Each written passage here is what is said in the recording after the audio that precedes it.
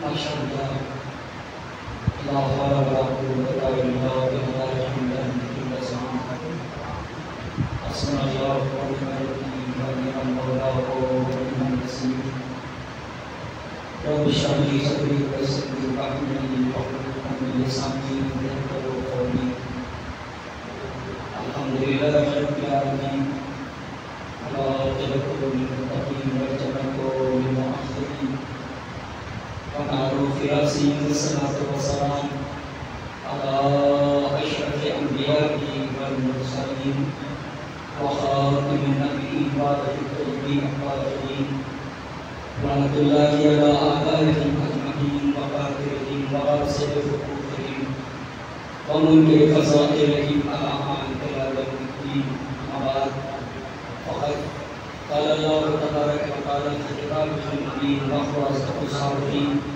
وقوله الحق بالحق بسم الله الرحمن الرحيم يا أيها الذين آمنوا لا تخونوا الله ورسوله وتخونوا أماناتكم وأنتم تعلمون صلاة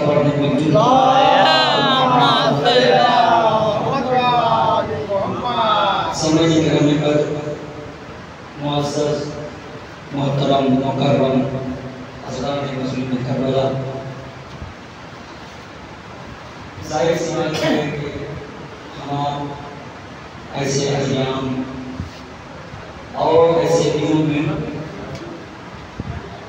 ہزارے سرکار سے شعبہ سے منظمین ہیں کہ جنہیں اربعین کا زمانہ کہا جاتا ہے یہ ہماری خوشقسمتی ہے اور یہ ہماری اعلیٰ حضرت ہے کہ اللہ نے اس مقدس ذکر کی ذمہ داری ہم جیسے خاطی اور گنہگار بشر کے حوالے کی میرے عزیز مجھے جو وقت ملا ہے اور محدود وقت ہے آدھا گھنٹہ تو صرف تمہید میں مجھے یقین ہے کہ چلا جائے گا لیکن کوشش یہ ہے کہ بس اسی آدھے گھنٹے میں اپنی گفتگو کو تمام کرنا ہے عزیزان گرامی جتنا بچنا ہے بس اتنا کافی ہے اور زیادہ کی درکار بھی نہیں ہے اور یہ دیکھیں اسلام کا اصول بھی ہے اسلام ہمیشہ قلت کو پسند کرتا ہے کثرت کو پسند نہیں کرتا اسلام یہ کہتا ہے مختصر پڑھو مگر معتبر پڑھو اسلام بھیڑ نہیں چاہتا اسلام کو تعداد مختصر اور ایسی تعداد چاہتا ہے کہ 72 ہو 1 لاکھ میں بھی بھاری نظر آئے عزیزان گرامی تو اتنا بچنا ہے میرے لیے وہ کہیں کافی ہے میں یہاں سے گفتگو کا آغاز کر رہا ہوں جو لوگ باہر بیٹھ کے تقریر کو سماعت کر رہے ہیں وہ وہیں سے سماعت کریں یہ ہماری اعلیٰ ذاتی ہے عزیزان گرامی یہ ہماری خوش قسمتی ہے کہ اللہ نے ہمیں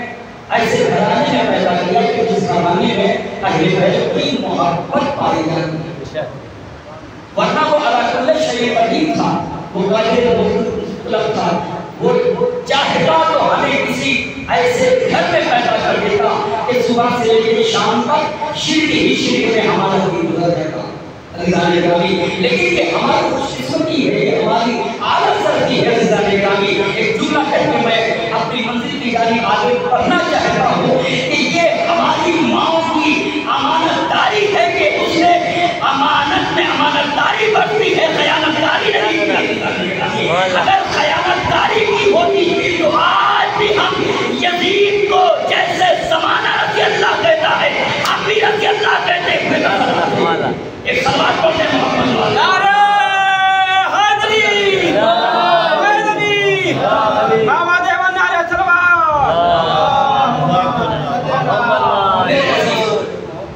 یہ ہماری خوش قسمتی ہے عادت کرتی ہے کہ ہمیں آپ کھولی اس گھر میں اس گھرانے میں کہ جس گھرانے میں اہل بیت کی محبت پائی جاتی ہے میرے عزیزوں جس گھرانے میں الفت عالم عزیزان گرامی اس گھر میں ہم نے آنکھیں کھولی اور یہ ہماری ماں کی امانت داری تھی کہ اس نے لولیوں میں ہمیں اہل بیت کی محبت کو دیا اس نے بھٹی میں اہل بیت کی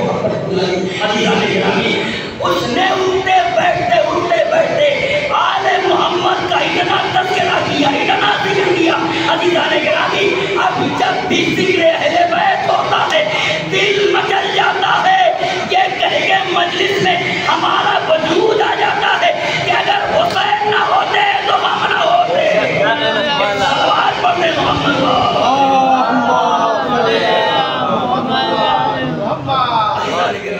یہ خوش قسمتی ہے اور یہ اعلیٰ سختی ہے میرے عزیزوں، ورنہ تو قاتل ملک کا چاہتا تو کہیں اور پیدا کرتے گا، زیادہ وضاحت کی ضرورت نہیں ہے، بڑا فہم ملکہ بیٹھا ہوا ہے عزیزان گرامی۔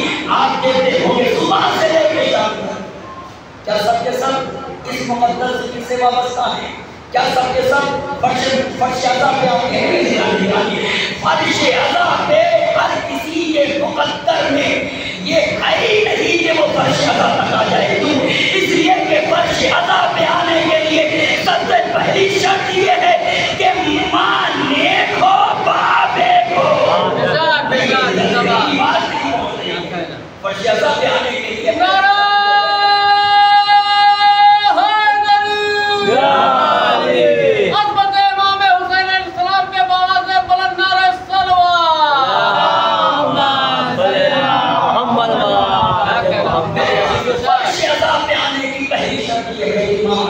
نیک ہونا چاہیے۔ اگر ماں سیرت سیدہ کی پابند ہوگی تو بچہ فرش مقدس تک آئے گا۔ اگر ماں ہندا کی سیرت کو ہندا کی زندگی سے متاثر ہوگی تو عزیزان گرامی وہ کبھی فرش مقدس کے قریب نہیں آئے گا، کیوں؟ اس لیے کہ یہ فرش مقدس ہے، یہ طیب و طاہر فرش ہے میرے عزیزوں، اتنا مقدس یہ فرش ہے کہ جس پہ پاکیزہ لوگوں کا ذکر ہوتا ہے۔ کیا کہنا اس فرش مقدس میں پاکیزہ لوگوں کا ذکر ہوتا ہے، اور یاد رکھیے ان پاکیزہ لوگوں کا ذکر ہوتا ہے کہ جن کی پاکیزگی کی ذمہ داری قرآن نے لی ہے، انما یرید اللہ الذین آمنوا اہل بیت طاہر المطہرین۔ قرآن نے کیا کہا ہے؟ اہل بیت محمد، کیا کہا ہے اہل بیت محمد؟ یہ اللہ کا ارادہ ہے کیا تمہیں نجاستوں سے دور رکھے، نجاستوں سے دور رکھے۔ اب مجھے جملہ کہنے دیجیے کہ فرش مقدس سے بھیا جو نہیں آ رہا ہے وہ نہ آئے، جو آ رہا ہے اس کا خیر مقدس کیوں؟ اس لیے کہ یہ مقدس لوگوں کا تذکرہ ہے، یہ طیب و طاہر کا تذکرہ ہے۔ ارے جہاں طیب و طاہر کا تذکرہ ہوگا وہاں نجاستیں نہیں آتی۔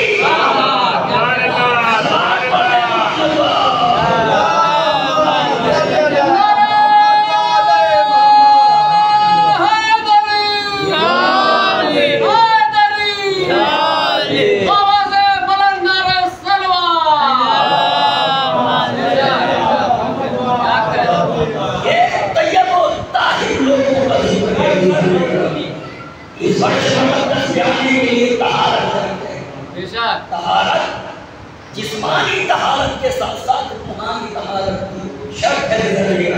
اس فرش مقدس سے وہی آئے گا کہ جس کی روح پاک ہوگی۔ اللہ اکبر، میں نے بہت بڑھ کہا اس فرش مقدس سے منسلک وہی ہوگا جس کی روح پاک ہوگی، جس کی روح پاک ہوگی۔ آپ نے نظر امیر سے دیکھا ہوگا، آپ نے مشاہدہ کیا ہوگا کہ اسی ملک ہندوستان میں جو ہمارا عزیز ملک ہے، جو ہماری جنم بھومی ہے، اسی ملک میں آپ نے دیکھا ہوگا کہ کسی اور مذہب کا ماننے والا، کسی اور مذہب کو فالو کرنے والا، کسی اور دھرم کی پیروی کرنے والا وہ امام حسین کے ذکر سے منسلک ہے۔ آپ نے بھی دیکھا ہوگا وہ جلوسوں میں شرکت کر رہا ہے، وہ علم اٹھا رہا ہے، وہ تعزیہ چون رہا ہے، وہ ذوالجلال کا اہتمام کر رہا ہے۔ جب اس کا مذہب دیکھا جائے تو مذہب یہ ہے ہمارے مذہب سے جدا کرنا ہے، لیکن اس کے باوجود بھی وہ حسین کے ذکر سے وابستہ ہے۔ اور کچھ لوگ ایسے ہیں جو صبح سے لے کے شام تک اللہ اکبر اللہ اکبر اللہ اکبر کرتے رہتے ہیں۔ عزیزان گرامی انہیں نصیب نہیں ہے کہ وہ اہل بیت کے ذکر تک آ جائے۔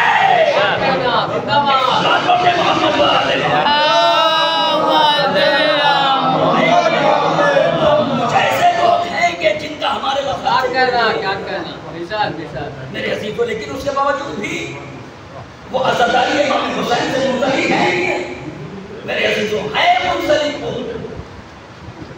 اس کی وجہ یہ ہے کہ وہ ان کی روحانی جو طبیعت ہے وہ پاک ہے، اس لیے وہ مقدس لوگوں سے وابستہ ہیں میرے عزیزوں، وہ مقدس لوگوں سے وابستہ۔ حضور میرے استاد ہیں مرحوم عالم عسکری صاحب، اس وقت بہرحال اب لوگوں کے ذاتیات کے کچھ معاملات ہیں جس کی وجہ سے پرنسپل اور دونوں میں کھٹپٹ چل رہی ہے، لیکن ہے پڑھا لکھا بندہ میرے عزیزوں، ہے پڑھا لکھا بندہ۔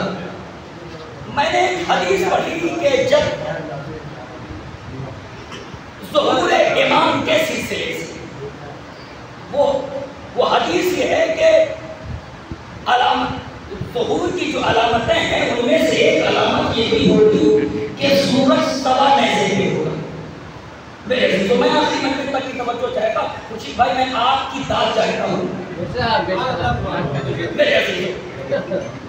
دیکھیں ہم لوگ تو نباز ہیں، ہم لوگ اندازہ لگا لیتے ہیں کہ کون سن رہا ہے، اور یاد رکھیے یہ ذکر حسین ہے۔ جس طریقے سے معبود کی عبادت میں اگر بندہ ادھر ادھر دیکھتا ہے تو نماز نہیں رہتی، اسی طریقے سے حسین کی عبادت میں اگر ذہن ادھر ادھر گیا تو پھر حسین کی اور ایک جملہ ہمارے ذاکرین مومنین کو خوش کرنے کے لیے کہتے ہیں کہ آج شیطان نہیں آتا، بھیا شیطان جب جنت میں پہنچ سکتا ہے جب جنت میں وہ چلا گیا شیطان، وہ زمین سے اٹھ کے جنت میں جا سکتا ہے تو وہ بھی آ سکتا ہے اور ہم کو بہکا بھی سکتا ہے۔ اور شیطان بہکاتا کیسے؟ شیطان بہکاتا ہے کیا بکواس کر رہے ہیں، کچھ اور کیا جائے، ارے کس کو بھی بات نہیں آتا بھائی، کسی اور سے پروانہ چاہیے تھا۔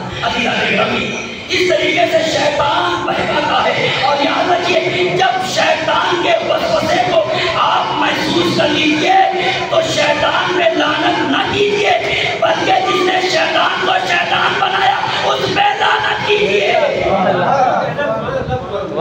جو شیطان کا ہی استاد ہے، اب چاہے وہ روایت صحیح ہو یا غلط، کہ شیطان کو ایک صاحب نے اپنا شاگرد بنا دیا، نام میرا مقصود نہیں ہے عزیزان گرامی، تو میں عرض یہ کر رہا تھا کہ یہ ذکر مقدس آپ نے مشاہدہ کیا ہوگا کہ اس ملک کے ہندوستان میں بہت سے ایسے لوگ ہیں جو کلمہ نہیں پڑھتے، وہ بھی امام حسین کی عزا سے منسلک ہیں، تازیہ اٹھا رہے ہیں، سلجھنا چون رہے ہیں، علم اٹھا رہے ہیں عزیزان گرامی، امام حسین کی مجلسوں میں آ رہے ہیں، تبرک لے رہے ہیں، نوش کر رہے ہیں میرے عزیزوں۔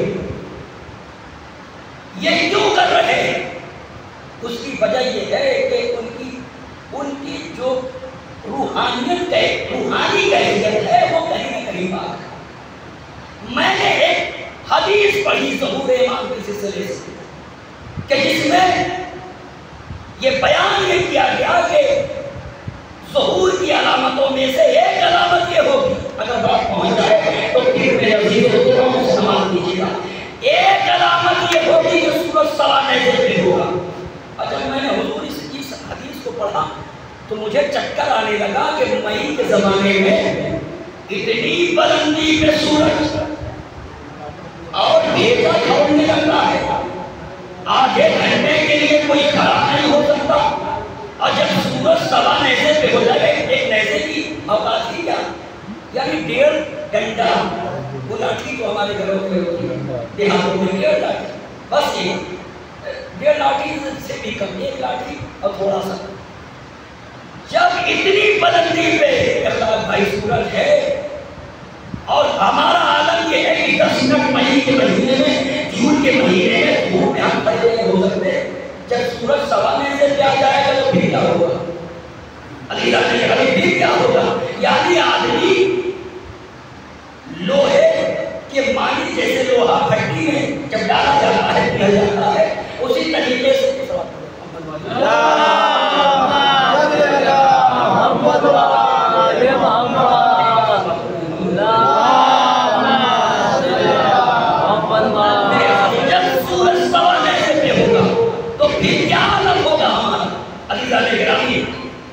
ہمارا عالم یہ ہوگا کہ جیسے لوہا بھٹی میں ڈالا جاتا ہے تو بدن میں پگھل جاتا ہے، وہی حشر ہمارا ہو جائے گا سورج سوا نیزے پہ ہوگا۔ میرے نوجوانوں، سوا نیزے پہ، میں نے کہا یہ بات عقل سے پرے ہے، یہ کیسے ہو سکتا؟ اتنی بلندی پہ سورج، اور اس کی تمازت کو ہم برداشت نہیں کر پا رہے ہیں اس زمانے میں۔ جب سورج سوا نیزے پہ ہوگا تو پھر کیا ہوگا عزیزان گرامی؟ تب تو میں جب سب کے سب پگھل جائیں گے، جب پوری دنیا ختم ہو جائے گی تو پھر امام ظہور کرنے کیا کریں گے عزیزان گرامی؟ بات سمجھ میں نہیں آ رہی تھی، ایک جملہ کہہ کے میں اپنی منزل کی جانب آگے بڑھنا چاہتا ہوں، بات سمجھ میں نہیں آ رہی تھی۔ آج اخبار اخبار اخبار اخباری اخباری اخباری جو زمانہ چھوڑ کر رہا ہے، بھیا اخباری بن جاؤ، اتنی صلاحیت پیدا کر لو، حدیثوں کو سمجھ لو، ورنہ گمراہ ہو جاؤ گے۔ کیا کرو گے اس حدیث کا؟ ہے کہ نہیں؟ سورج سوا نیزے بات بھیجے میں آ رہی ہے نوجوانوں، سوا نیزے پہ سورج ہوگا۔ آپ محسوس کیجیے گرمی کے زمانے میں کوئی کھڑا ہو سکتا ہے، جب سوا نیزے پہ ہوگا تو کیا ہوگا؟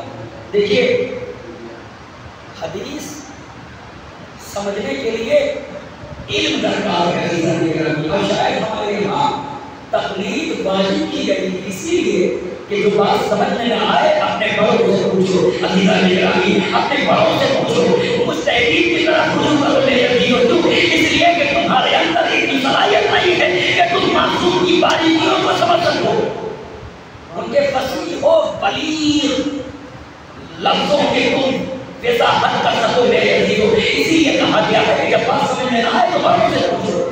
میں یہ حدیث لے کر استاد محترم مرغوب اعلیٰ مسکری کی خدمت عرض سن گیا، میں نے کہا حضور یہ سمجھ میں بات نہیں آ رہی ہے، سورج سوا نیزے پہ ہوگا، اس کا کیا مطلب؟ آپ مسکرائے، کہا بیٹا اس حدیث کا مطلب یہ ہے کہ پورے زمانے کا رویہ ہی بدل جائے گا۔ ہائے ہائے سبحان اللہ، جو پہنچ گیا اسے سلام میرے عزیزو، پورے زمانے کا رویہ ہی بدل جائے گا۔ کیا مطلب؟ کہا جو اس زمانے میں امام کے ظہور کی دعا کرتے ہیں وہ امام کے دشمن ہو جائیں گے، جو امام کی معرفت نہیں رکھتے، امام معجزات دکھلائیں گے، وہ مسلمان ہوتے چلے جائیں گے، اسلام پھیلتا چلا جائے گا۔ صلوات پڑھیں محمد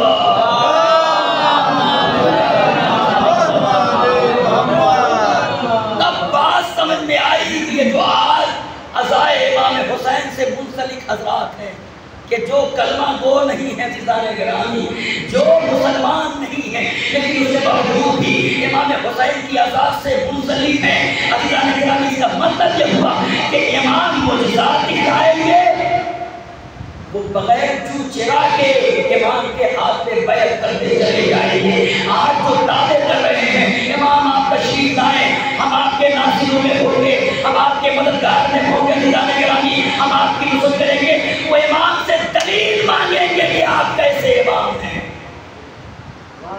یہ ہوگا میرے عزیزوں، یہ ہوگا۔ میں عرض یہ کر رہا تھا کہ امام حسین علیہ السلام کا یہ ذکر مقدس جو بھی ذکر سے وابستہ ہو گیا عزیزان گرامی اسے زندگیاں مل گئی میرے عزیزوں، اسے زندگی مل گئی۔ ماتھ النبی کا جو ایک ہندو شاعر ہے اور اس نے بہت سے سلام اور قصیدے اہل بیت نے کہا کہ ان کو محبت میں لکھے گئے، ایسے ایسے سلام ہیں کہ آپ مطالعہ کریں تو حیرت زدہ ہو جائیں گے۔ ایک اہل بنود آل محمد کی عشق میں اس طریقے سے سرشار ہے، ایسے قصیدے وہ لکھتا ہے، اس طریقے سے سلام لکھتا ہے میرے عزیزوں۔ لیکن تاریخ نے لکھا کہ ماتھ النبی کے پاس جب جنگ یہ مسلمان کے جن کو بڑا جوش ہے تبلیغ کا، اس کے پاس پہنچے اور پہنچنے کے بعد کیا کہا کہ تم عشق اہل بیت میں اس قدر سرشار ہو، اس طریقے سے گم ہو کہ دنوں رات سے اہل بیت کا تذکرہ کرتے ہو تو مسلمان کی نہیں ہو جاتے۔ بس آپ کی بات ہے رحمت کو تمام کرنا ہے عزیزان گرامی۔ کہا جب ذکر اہل بیت دنوں رات کرتے ہو ان کے شان میں ہر دم قلم تمہارا اٹھا رہتا ہے تو مسلمان ہونے میں کیا حق ہے؟ مسلمان کیوں نہیں ہو جاتے؟ جواب کیا دے گا؟ کیا تم نے کہا کہا ہم نے یہ کہا کہ مسلمان کیوں نہیں ہو جاتے جب اہل بیت کی محبت میں دن و رات تم سرشار ہو، دن و رات اہل بیت کی محبت میں متوالے ہو، جام ولایت علی کو کیے تم اس طریقے سے متوالے ہو کہ ایسا لگتا ہے کہ وقت کا بھولو نے دانا ہو۔ کہا مسلمان ہونے میں کیا حرج ہے، کہا مسلمان بننا چاہتے ہو، کہا مسلمان بن، ہم آپ کو مسلمان دیکھنا چاہتے ہیں۔ کہا کون سا مسلمان بنانا چاہتے ہو؟ وہ مسلمان کہ جس نے اپنے نبی کا کلمہ بھی پڑھا اور خانہ کعبہ کو بھی جلایا۔ وہ مسلمان بنانا چاہتے ہو کہ جس نے اپنے رسول کی بیٹی کے دروازے کو جلایا۔ وہ مسلمان بنانا چاہتے ہو کہ جس نے نماز رسول کو قتل کیا۔ کہا بھیا ایسے اسلام سے ہزار توبہ، ہم ایسے مسلمان نہیں بننے والے ہیں۔ ہمیں ایسا اسلام نہیں چاہیے کہ جو اہل بیت کے خون سے سینچا گیا ہو۔ صلوات پڑھے محمد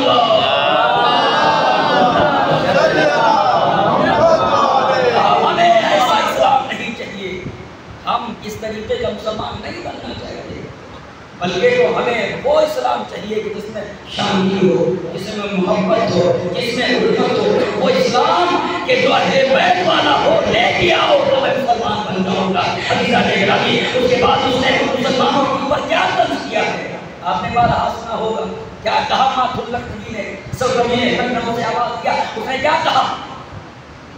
اور یہ عالم اسلام کے اوپر طنز ہے۔ مسلمان غور کریں کہ وہ کہنے والا کیا کہہ کے چلا گیا کہتا ہے، کیا تماشا ہوا اسلام کی تبدیل کے ساتھ، قتل شبیر ہوئے نعرہ تکبیر کے ساتھ۔ یہ کون کہہ رہا ہے؟ یہ مات اللہ نبی کہہ رہا ہے، ایک ہندو شاعر کہہ رہا ہے۔ وہ ہندو شاعر ہے جو اہل بیت کا ساتھی ہے، وہ ہندو شاعر ہے جو اہل بیت کا بندہ ہے، وہ ہندو شاعر ہے جو اہل بیت کا شاعر ہے۔ یعنی مسلمانوں کی اوقات بتا دیا اس نے کہ تم وہ مسلمان ہو کہ نعرہ تکبیر بھی لگاتے تھے، نماز رسول کا گلا بھی تم کاٹ لگے۔ ایسا اسلام ہمیں نہیں چاہیے۔ عزیزان گرامی میں عرض یہ کرنا تھا، بس میں نے اپنی گفتگو کو تمام کیا، میرا وقت ختم ہو گیا۔ میرے عزیزو میں عرض یہ کر رہا تھا، یہ ذکر مقدس یہ اللہ کی مہربانی ہے کہ جو اتنا بڑا ذکر اور اتنے بڑے ذکر کی ذمہ داری ہم جیسے گناہ ہو گیا۔ میرے عزیزو اللہ تو قادر مطلق تھا، وہ چاہتا کہ تو کسی بشر سے یہ ذکر کرا سکتا تھا، لیکن اگر ہمارا انتخاب کیا ہے تو پھر عزیزان گرامی کوئی ایک وجہ ضرور رہی ہوگی۔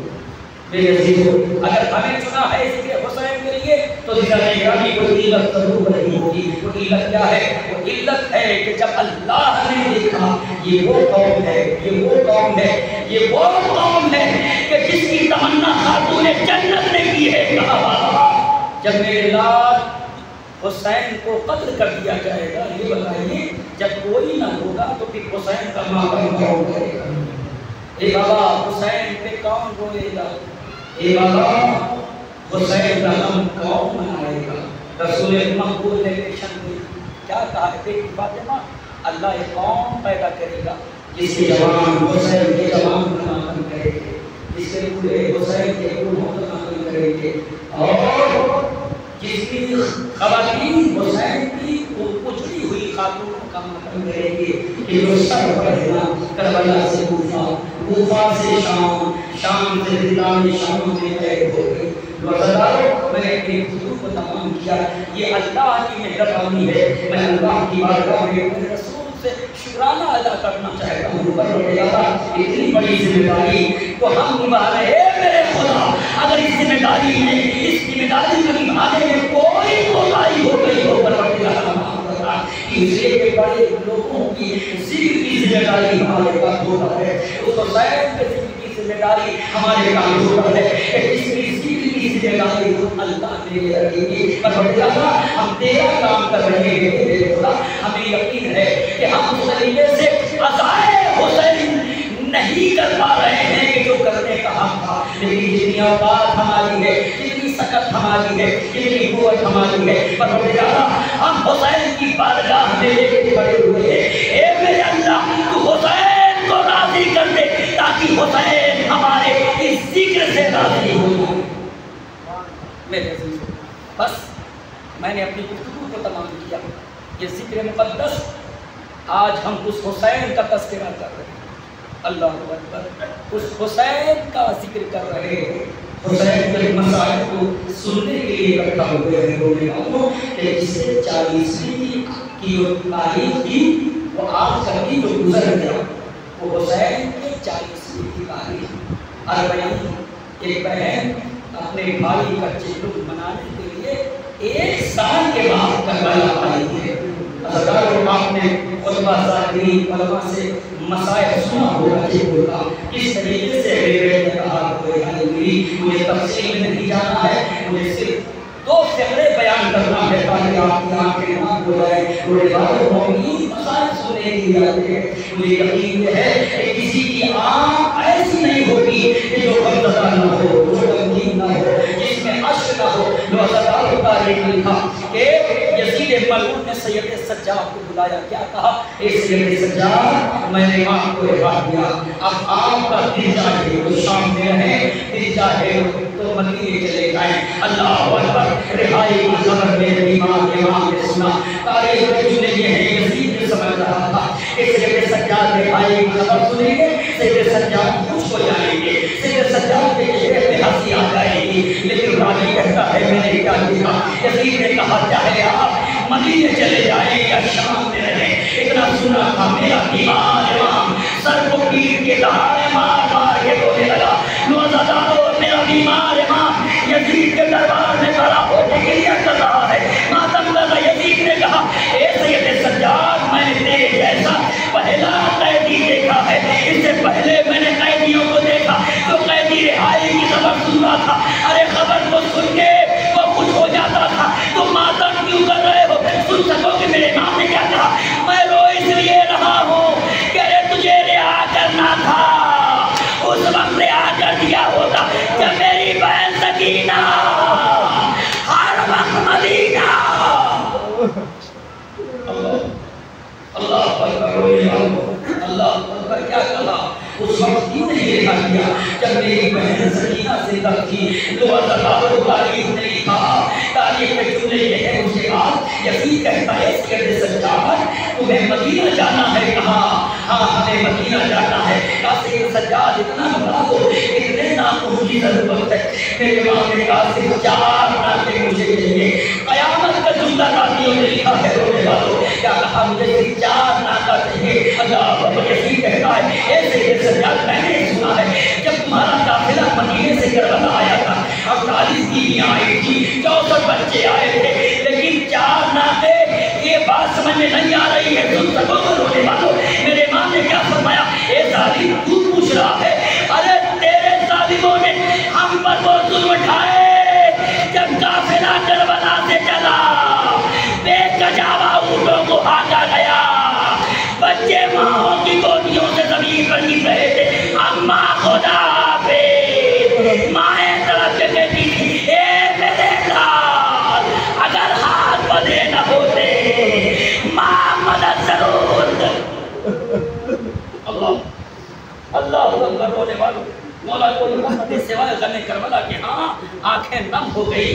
اللہ رومال زہرا میں ہمارے آنسوؤں کو لکھا دے، مسائل تمام ہو رہا ہے، مسائل تمام ہو رہا ہے، محرم بھی تمام ہو رہا ہے، مسائل کا 40واں بھی تمام ہو چکا ہے، چند دن ایام ازہر کے اور رہ گئے۔ تاریخ میں جڑے ہیں، روایتیں کہتی ہیں کہ اس کے بعد سید سجاد آئے، زندان شام میں آئے، خودی نے بھتیجے کو دیکھا، اللہ اکبر، خودی بغیر ہو گئی ہے، پھر یزید نے پورا جاتا ہے، اے خودی اماں ہم رہا ہو گئے۔ اللہ اکبر، میں نہیں جانتا رہائی کی خبر سن کے ثانیہ زہرا کے دل میں کیا عالم ہوا ہوگا، لیکن میرا دل یہ کہتا ہے جب رہائی کی خبر زینب نے سنا ہوگا، قبر سکینہ کا رخ کیا ہوگا، اے بیٹی اٹھو ہم رہا ہو گئے۔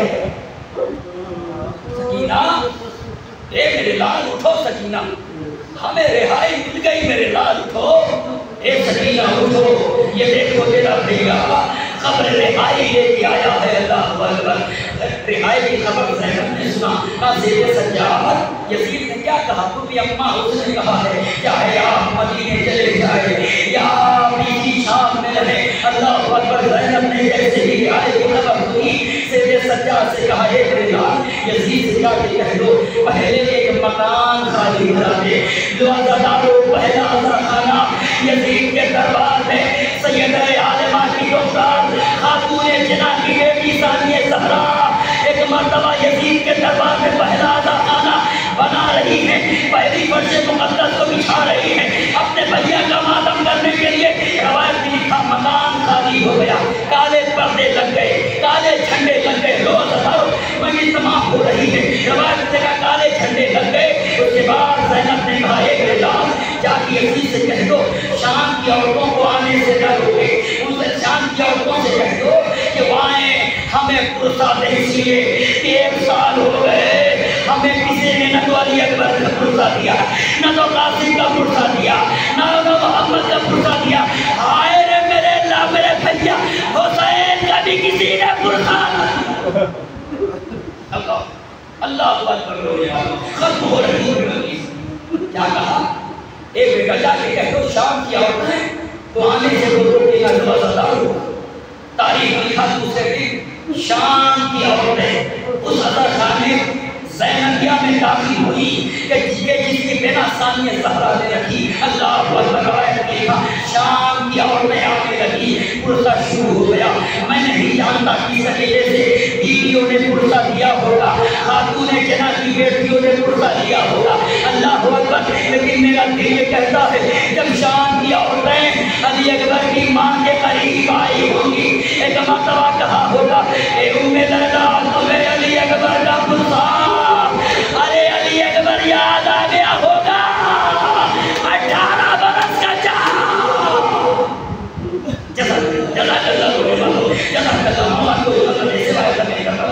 میرا دل یہ کہتا ہے جب شام کی عورتوں نے کہا ہوگا اے ام فرما تمہیں اس پامال شدہ بیٹے کا پرسا کہ جس کا لاچا گھوڑوں کے ٹانگوں سے پامال ہو گیا تھا. اللہ اکبر. مجھے میرا دل یہ کہتا ہے ام فرما کو ایک شب کا دودھا قاسم یاد آ گیا ہوگا.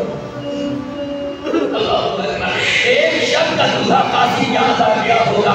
قاسم نے کربلا کا, قاسم کی ماں نے کربلا کا رخ کیا ہوگا. اے بیٹا قاسم یہ دیکھو میرے لال یہ شام کی عورتیں پرسا دے رہی ہیں قاسم, ارے تیری ماں کیا کرے.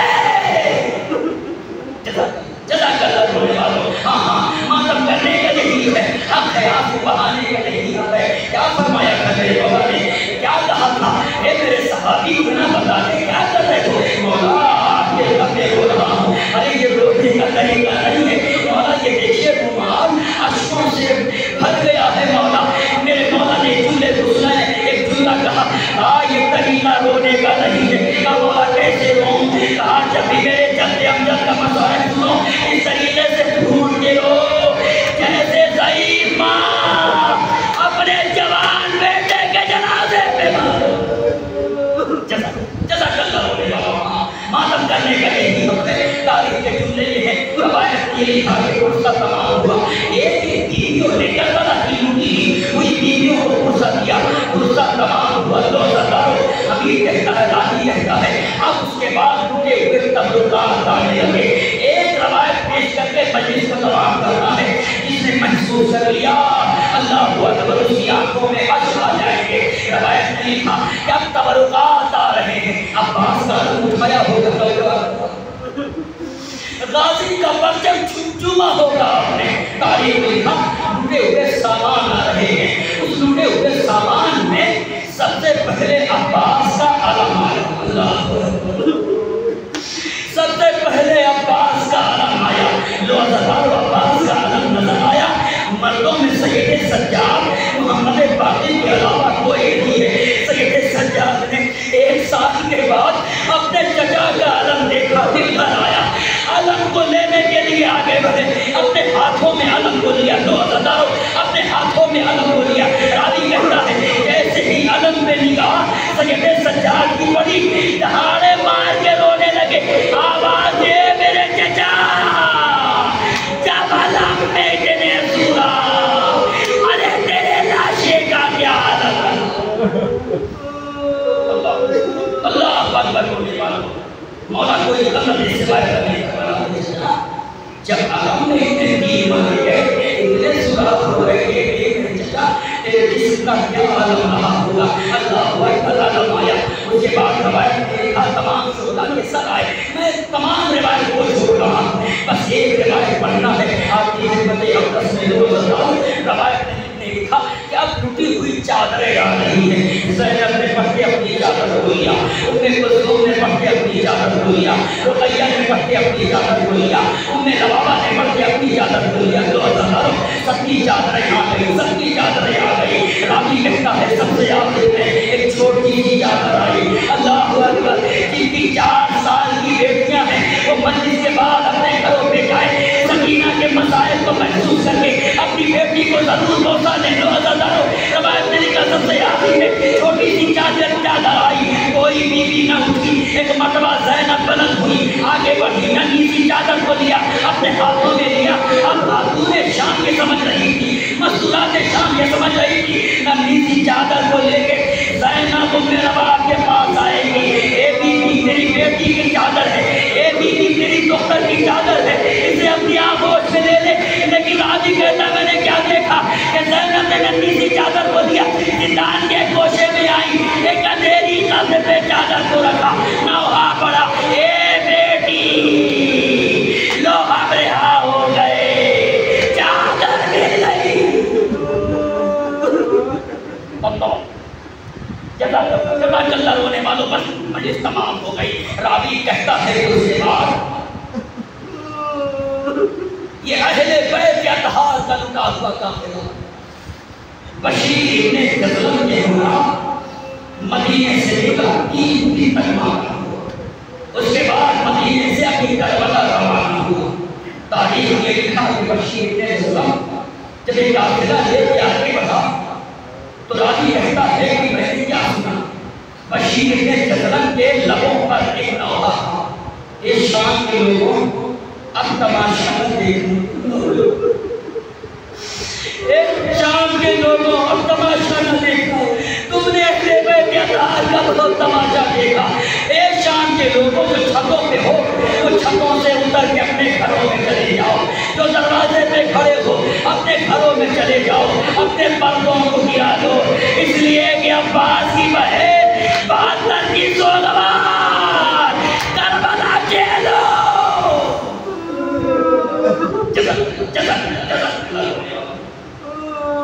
یہ 72 کی سوگوار زینب چہلم منانے کے لیے کربلا جا رہی ہے۔ آ گئی کربلا، یہ لگا ہوا ہے بیت اطہار کا حرم، آ گیا سرحد کربلا پہ۔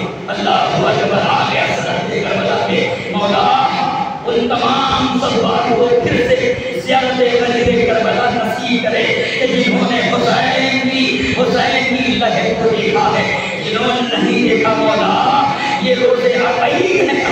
آج کے دن کا واسطہ ان تمام شیعوں کو، ان تمام محبان اہل بیت کو یہ سعادت نصیب کر دے اللہ۔ وہ حسین قریب کربلا کے روضے پہ جائیں، حسین کے روضے کی زیارت کریں۔ روزہ دار واقعی کربلا مجلس تمام ہو گئی۔ اللہ اکبر، جو آئندہ سال تک زندہ رہے گا وہ حسین کا ماتم کرے گا، جو جنگ سے گا میرے عزیزوں یہی سلام آخر ہوگا۔ اللہ اکبر، آ گئی کربلا۔ روایت میں لکھا سوار امام حسین کی قبر کا پہلا زائر جابر بن عبداللہ انصاری جو نابینا ہو چکے ہیں، آنکھوں کی بصارت ظاہر ہو گئی ہے۔ اللہ اکبر، جابر قبر حسین سرحد کربلا میں داخل ہو رہے ہیں، اپنے غلام سے کہہ رہے ہیں میں خوشبو محسوس کر رہا ہوں، اہل بیت اطہار کے خون کی خوشبو مجھے محسوس ہو گیا ہے، ہم کربلا کی سرحد میں داخل ہو گئے ہیں۔ اے میرے غلام مجھے بتا میرے آقا کی لہر کہاں ہے، میرے مولا کی قبر کہاں ہے؟ روزاداروں غلام کہتا ہے اے میرے آقا میں کیسے بتاؤں، کربلا میں کیا وجہ قبریں ہیں، میں اندازہ نہیں لگا پا رہا ہوں کہ کون سی حسین کی قبر ہے۔ ایک مرتبہ جابر کہتا ہے کہ مجھے حدود کربلا میں لے کے چلو۔ وہ کربلا کی سرحد میں داخل ہوا، وہ کہتا ہے ایک مرتبہ حسین کی قبر کی طرف رخ کر کے کہتا ہے السلام علیکہ یا ابا عبداللہ، السلام علیکہ یا ابن رسول اللہ۔ ارے اتنا پڑھنا تھا، قبر قریب کربلا سے آواز آئی وعلیکم السلام یا جابر، اے میرے نانا کے صحابی، تم پر ہمارا سلام۔ بس مجلس تمام، آپ نے ماتم کر لیا غریب کربلا، آپ سبحان یا مولا، آپ کو طول عمر عطا فرمائے، آپ کی زندگی میں اضافہ فرمائے۔ تاریخ لکھا کہ قبر حسین سے آواز آئی، اب روایت کے قیلے یہ ہے جابر بن عبداللہ نے بتائی، قبر حسین میں اس طریقے سے گئے جیسے کوئی 6 مہینے کا بچہ اپنی ماں کی آغوش میں جاتا ہے۔ جابر تعویذ قبر کو پکڑ کے ماتم کر رہے ہیں، نوحات پڑھ رہے، مولا یہ کیا ہو گیا، اے مولا ایک گھر کو بھی ذبح کر دیا گیا، اے مولا قاسم کو بھی ذبح کر دیا گیا، اے مولا آپ یہ اسباب ڈھونڈ لیے گئے، اے مولا بہت اچھا ہوا، اللہ نے میری بصارت کو چھین لیا، اے مولا میں دیکھ نہیں سکتا مولا، اے مولا، اے مولا یہ کیا ہو گیا۔ ابھی جابر نوحہ ہی پڑھ رہے تھے، ایک مرتبہ قبر سے آواز آئی، اے نانا کے صحابی جابر، ارے ہٹ جاؤ میری لہے سے، میری بہن زینب قید زندہ۔ اللہ اللہ ختم ہو گئی حدیث، بس ایک جملہ سنو، صحبت تمام ہے جاتے ہٹ جاؤ۔ 72 کی سورہ زینب میری لاش پہ آ رہی ہے، میرے قبر پہ آ رہی ہے، اے جابر تمہیں پتہ نہیں ہے، میری دکھیاری بہن 72 کا غم سینے پہ لے کے آ رہی ہے۔ اللہ اکبر۔ اب جابر اپنے غلام سے کہتا ہے یہ جھاڑیوں میں شفا دے، روزداروں روایت میں سننے یہ ہے جابر کا غلام جابر کو لیتا ہے، جھاڑیوں میں تمہیں جابر چھڑاتے ہیں۔ اب جابر اپنے غلام سے کہتے ہیں ایک سواری قبر حسین کی طرف جائے مجھے بتاتے رہنا۔ اب جابر کہتا ہے، جابر کا غلام کہتا ہے اے آقا فلاں کی سواری قبر حسین کے قریب ہے، اے آقا فلاں کی سواری قبر حسین کے قریب ہے۔ اب غلام ایک مرتبہ تعارف کراتے چپ ہو جاتا ہے۔ جابر کہتے ہیں کہ ارے تو تعارف کیوں نہیں کرا رہا ہے، اب کس کی سواری گئی؟ جابر کا غلام سر و سینہ پیٹ کہتا ہے اے میرے آقا کی زبان سے کہوں، اے اللہ جانے یہ کون خاتون ہے، سارے لوگ اپنے آپ کو قبر حسین پہ اتارے، لیکن یہ خاتون ہے جو حسین کے قبر پہ اپنے آپ کو گرا کے ماتم کر رہی ہے۔ اے بھائیا زینب آ گئی، اے بھائیا